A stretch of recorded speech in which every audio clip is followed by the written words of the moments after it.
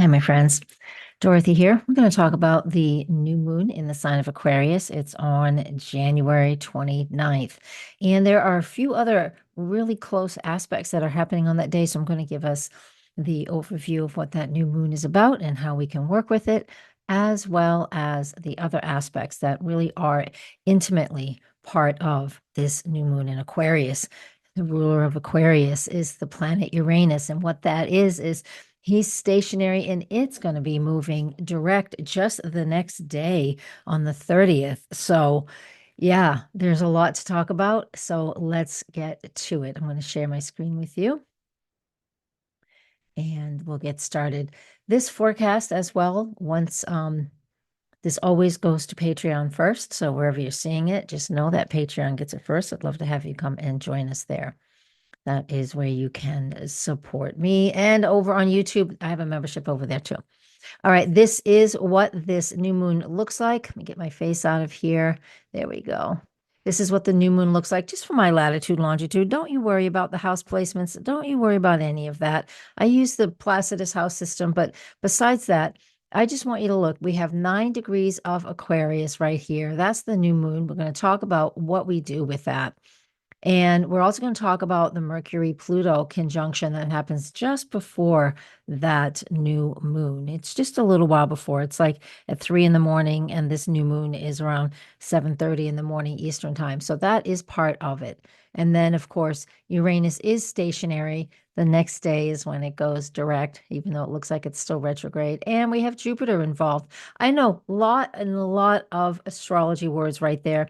So let me just get to what all of this represents. So first off, I want you to hone in and focus for a couple days before this new moon. This is so important. It's usually 2.5 to 3 days before every new moon. So Sunday the 26th, Monday the 27th, Tuesday the 28th, the moon is in the balsamic lunar phase. And what that represents and what that means is, here I can bring my face back up. What that means is I want you to make sure that you find some quiet time to just reflect on where you are in your world and what thoughts and processes all of these things that you believe in. What do you believe, right? And just take some time during this. And I'm asking you to do that because of this new moon in Aquarius. Mercury is moving into Aquarius in the same time frame, and it will make that conjunction to Pluto. So we have this period and this opportunity during um, the lunar phase right before it's new to actually look at what we believe in. And I don't want you just to sit down and make an analytical list. I want you to actually sit down. I do want you to make a list, but I want you to sit down and I want you to process what's been going on in your life, old beliefs, thoughts, because spending some time doing this to uncover your own truth, things that are buried, things that we tend to ignore. I mean, we all do it. We ignore the truth, or we ignore something that we know that we should be doing, or we should be changing our mind, whatever it is, it's our core understandings of ourselves and or others. But I want you to take this lunar phase before the new moon and spend some time doing that. I want you to look at what needs to go away. I want you to address it, really be open to this. And as soon as you hear this forecast, just start noticing if people are pushing back or being argumentative to you about something, or something triggers you that other people say. You write these things down, and in those couple of days, the Sunday, Monday, Tuesday, before this new moon on Wednesday, the 29th, write those things down and just be kind to yourself and be aware of what it is that's being triggered, because these are the things that I want you to work on and let go of. It's so important. That is that aspect between Mercury and Pluto. I know this is a new moon forecast, but this is way more than that. This is much deeper than the new moon, because we have to be ready for it. It's before we begin anything, we need to finish something else.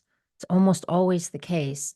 And that is always the case when it comes to the balsamic lunar phase. It's the eighth of eight phases that the moon actually goes through every month.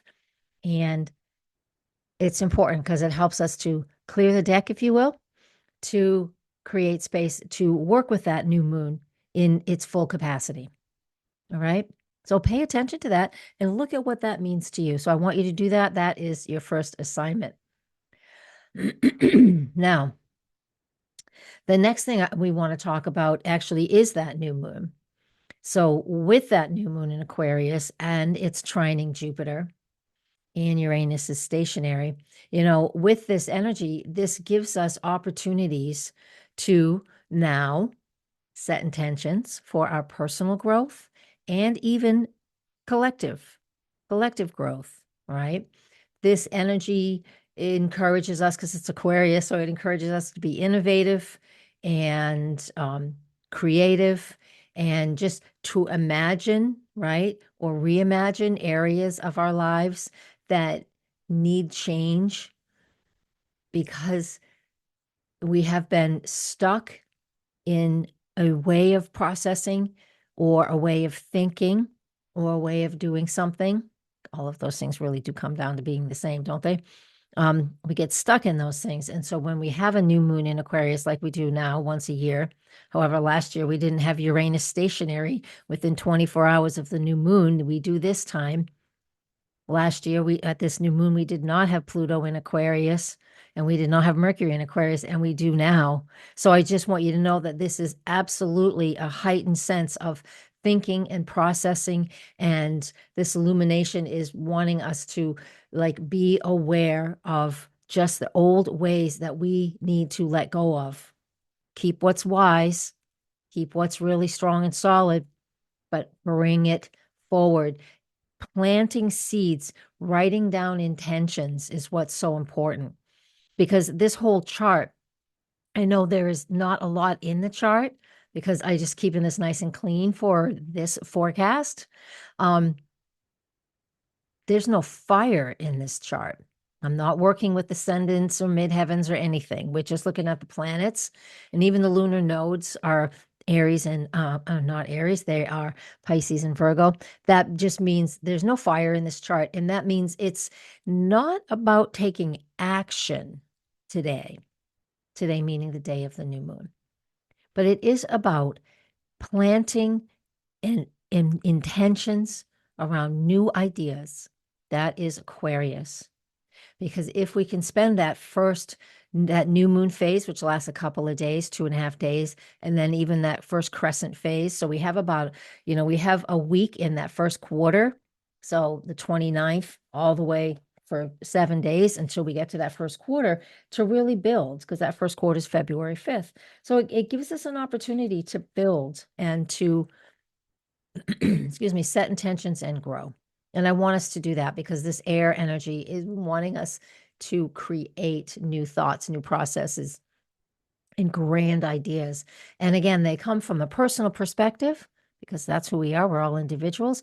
But some of us will take that personal understanding and belief and bring that out into the collective. And that's where we're going to start. We're going to start working with the collective when it comes to that.